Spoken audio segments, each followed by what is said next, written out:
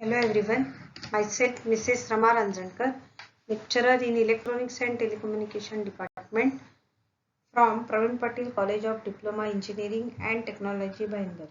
So today I am going to explain programming using embedded C part 3.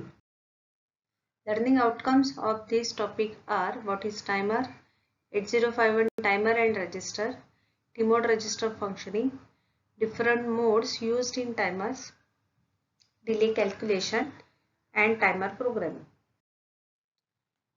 So let's see what is timer.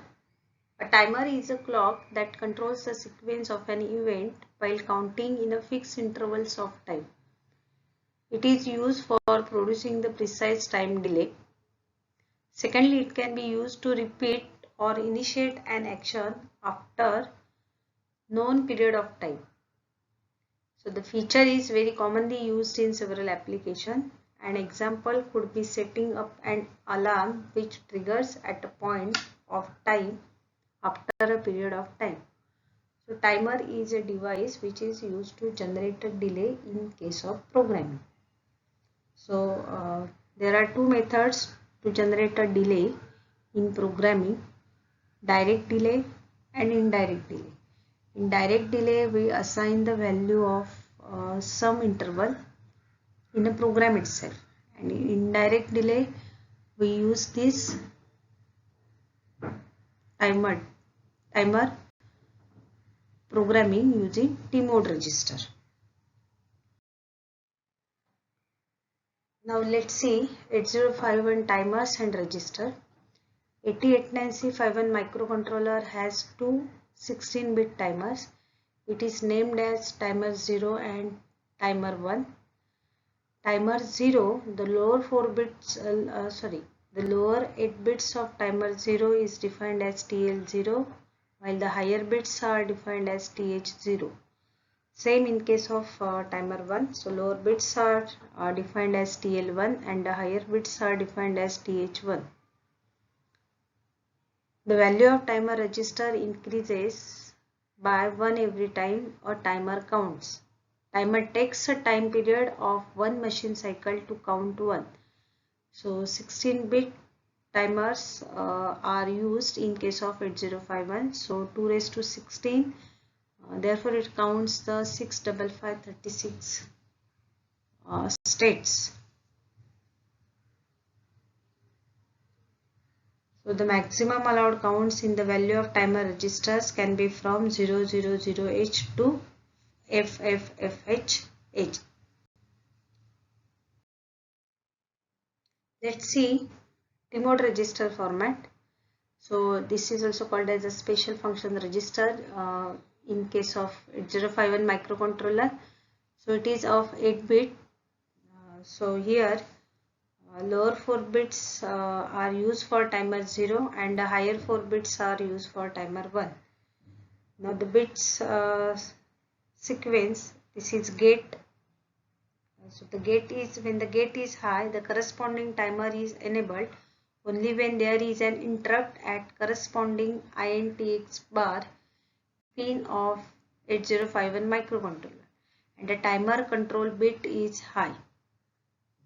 Otherwise, only setting timer control bit is sufficient to start the timer. Now the second bit is C by T bar.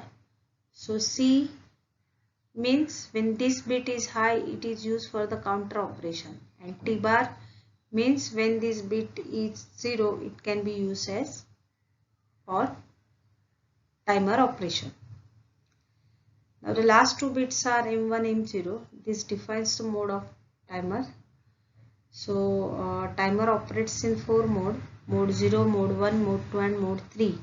So according to that, these bits are selected. For 00 it is 00 for mode 0. For mode 1 these bits are 01. For mode 2 they are 10, and for mode 3 these bits are 11. So here mode 1 and 2 are most commonly used while working with the timers. So T mode is equal to 0x01 can be set when timer 0 is used for mode 1, and when the timer 1 is for mode 2, it can be set as 0x20. Let's see the modes of timer. So mode bits in T-mode register shows the different modes of timer. So M0, M1. For mode 0, these bits are 00, and operation is called as a 13-bit timer. The 13-bit timer mode means it uses 8 bits of high byte and 5 bits of low byte. The value of that timer can updated in mode 0 from 0000H to 1FFFH. Mode 1. So the value can be written as 01. It is also called as a 16-bit timer. So here both the values, higher bits and lower bytes of timers are uploaded, and hence the values vary from 0000H to FFFH. Mode 2. For mode 2, the mode 0 values are 10. It is a 8-bit mode. It is also called as 8-bit auto reload. The initial value is loaded into the higher byte of timer, so that the copy of the same is passed to lower byte. So automatically reload. The timer can update from 00H to FFH. The timer rolls over from FFH to initial value automatically. So mode 2 is commonly used in case of serial communication for setting the baud rates. Mode 3. So mode bit representation as 11. It is also called as a split timer mode. The timer breaks into two 8-bit timers that can count from 00H to FFH. The initial values are loaded into the higher byte and the lower byte of the timer. In this case, the start and flag bits associated with the other timer are now associated with high byte timer. So no one cannot start or stop the other timer. The other timer can be used in modes 0, 1 or 2 and is updated automatically for every machine cycle. Now how the delay is calculated in case of timer programming. So for delay calculation, first is crystal oscillator frequency is very important.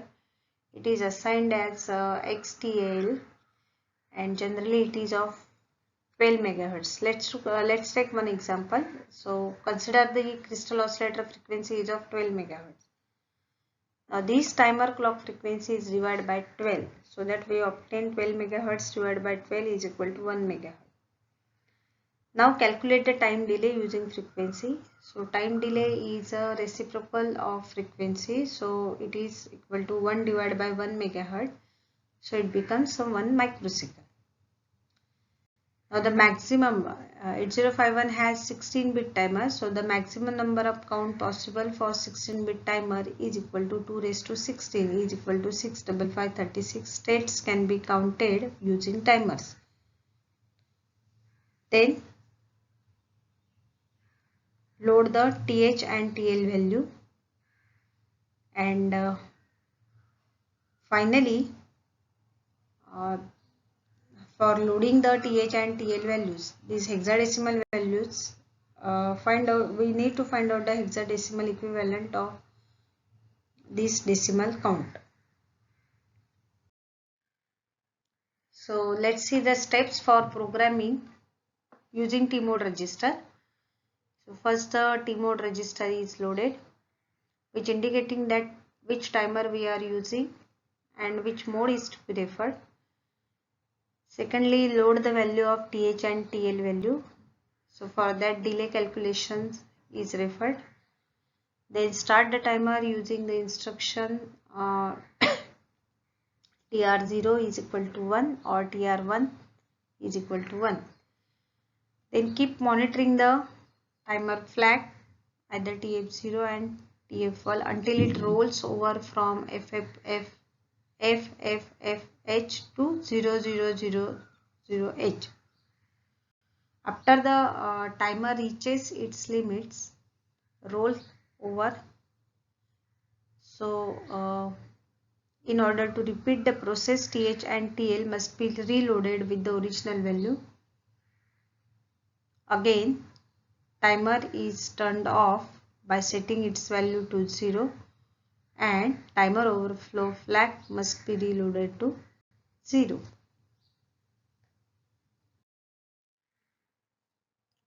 Now let's see one example for timer programming. So write a C program to generate a square wave of 2 kHz frequency on P1.1 by using timer 0 and mode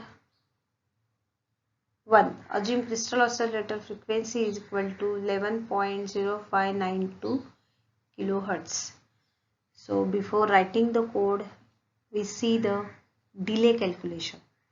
So our first is consider the clock frequency. Now the clock frequency, here the clock frequency is given in the program. So the crystal oscillator frequency, clock frequency is equal to 11.0592 kHz.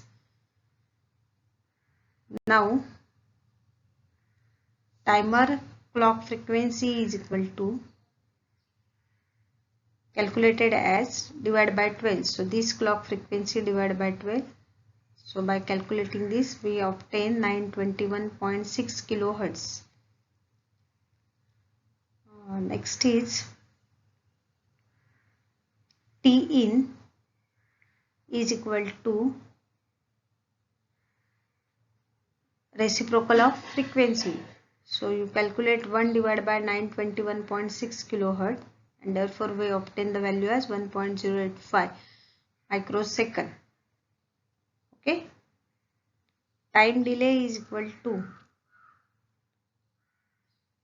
Now we have to produce a square wave of 2 kHz. So the time delay we require is equal to 1 divided by 2 kHz. So it is equal to 500 microsecond. Now this time delay consists of T on and T off period. So we write T on is equal to T off is equal to 500 divided by 2. So half time period for T on, half time period for T off. So 250 microsecond is used for T on, 250 microsecond is used for T off. We need to calculate the number of counts. So number of count is equal to n is equal to time delay. Now the time delay, consider the time delay of either T on or T off. So we put its value is 250 microsecond divided by total time delay. Total time delay is of 1.08 microsecond. So by calculating this, we obtain the count value is 230. Now this 230 gets subtracted from total number of time states. So 65536 minus 230. Hence we obtain 65306. Now this is a decimal value and we load the value in hex format in TH and TL. So this decimal count is converted into hexadecimal form as shown in table. And finally this hexadecimal value is loaded to TH and TL value. So here these are the higher bits FF1A. So the TH value is FFH and the TL value is 1AH. So this is a calculation part. Now let's write the program. Now the first is initialize the program using hash include register 51.h.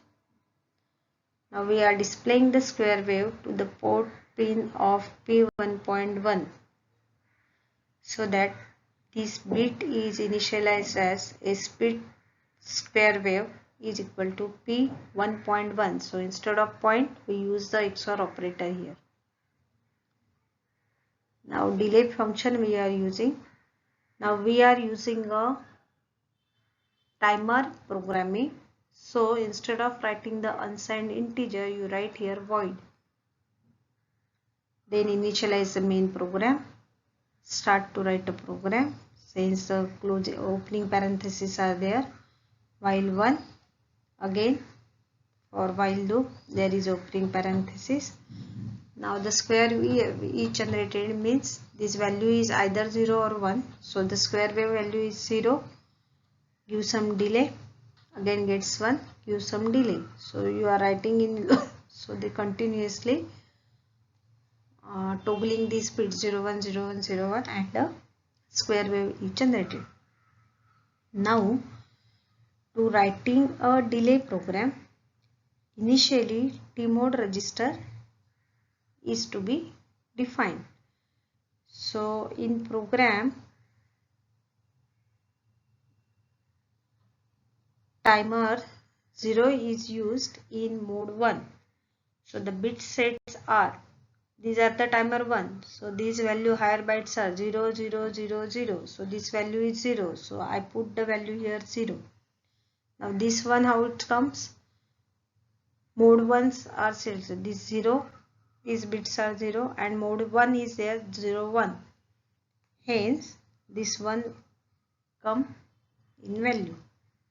So the T-mode register is set at 0x01. Now load the value of TH0 with hex value. So as already find out so 0xFFH. Similarly load the value of TL0 by from the delay calculation it is 0x1A. Then start the timer. So timer 0 we are using, hence we write the instruction as TR0. If we are using a timer 1, then we put this TR1. Now we are using a timer 0, so you write start the timer, timer run, TR0 is equal to 1, start the timer 0. Now the keep monitoring the timer overflow flag, and hence we write the instruction as while TF0 0 is equal to 0. Okay, so timer gets over from 0 0 0 to FFFFH. Once the timer rolls over, timer overflow flag stops monitoring. Stops monitoring the overflow flag. Similarly, at the same time, stop the timer.